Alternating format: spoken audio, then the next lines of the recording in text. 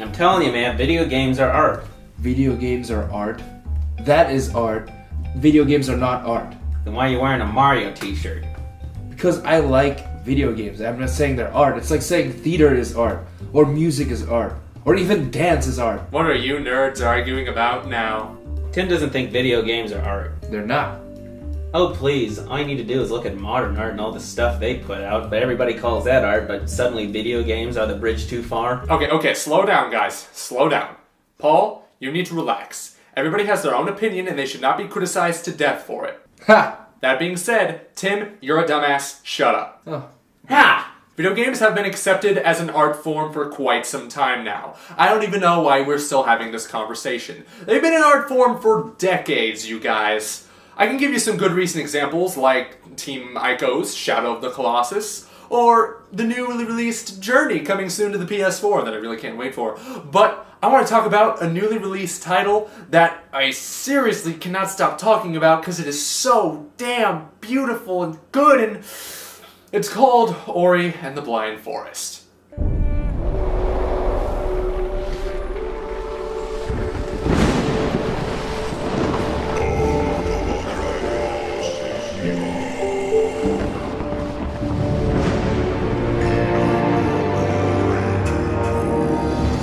Where do I even begin?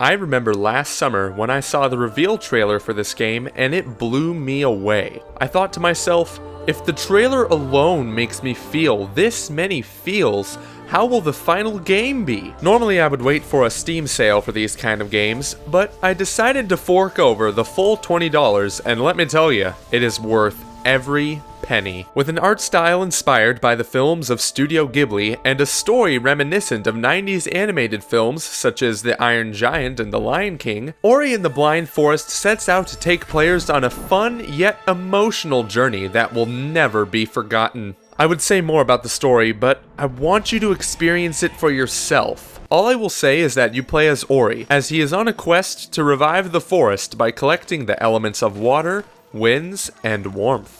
So did the Warmth Nation attack or something? It was an Avatar joke.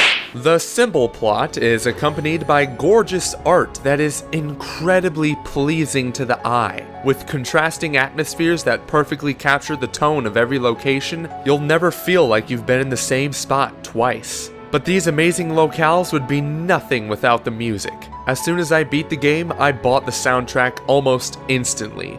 It's so... I can't find any words to describe it. Just take a listen.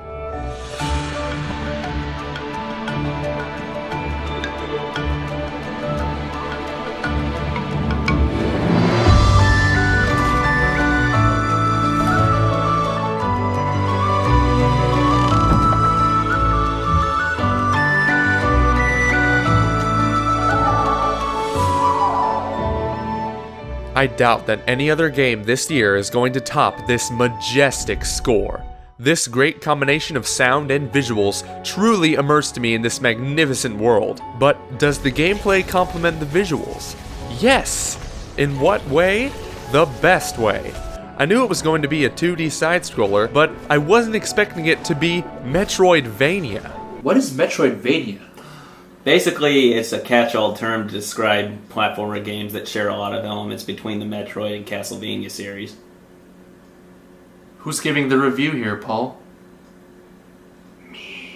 The game revolves around exploring a particular map with little to no loading times between sections. Throughout the journey, Ori will collect powers that make him more mobile and powerful, thus allowing him to get to places he couldn't have before. Classic Metroidvania. I beat the game in just over 6 hours, but most people I've heard have taken longer, mainly due to the fact that there are so many collectibles you can find to increase Ori's attacks and strength. I recommend taking time to find these orbs and cells in order to level up Ori's skill tree. It definitely makes the game more fun. The platforming also leaves something to be admired. Some of Ori's skills are simple and to be expected, like a double jump, ground pound, and wall climbing, but others are unique, like this technique to propel Ori off of enemies and projectiles that I have way too much fun with. I was anticipating the platforming to be hard, which it can be, but it helps that you have the ability to make a save point at any time as long as you have enough energy cells. Remember to save often though, or else you can wind up farther back from where you started, which can get pretty frustrating. The game design is admirable that it...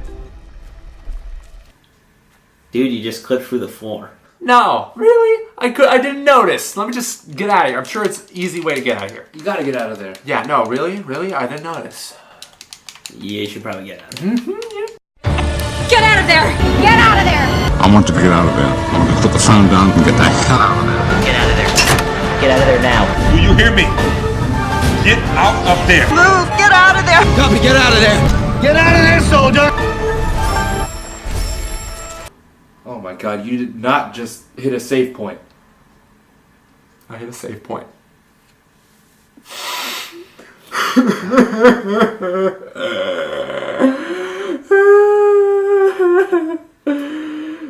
Yeah. A disadvantage about making your own save points: you can't reload old ones, which is excruciating in situations like this. Thankfully, I only came across this glitch once, but I've heard the cry of other players saying they've been caught in similar glitches in different areas at different points in time. That's not good. And I recently got word that the developers are trying their best to fix these. So in the meantime, be careful with your save points, or else you could lose hours and hours of effort in a split second. Should this major flaw stop you from getting Ori and the Blind Forest?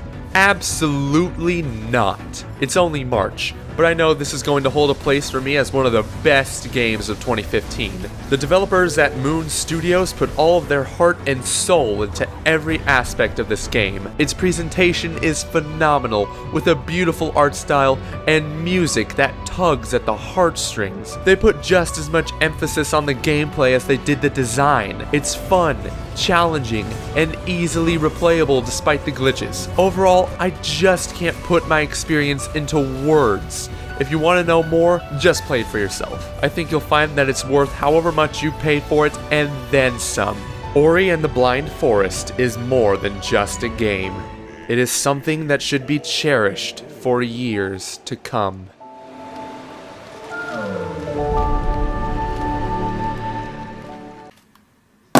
Well, Tim, what do you think? Are video games art? Well... I said yes!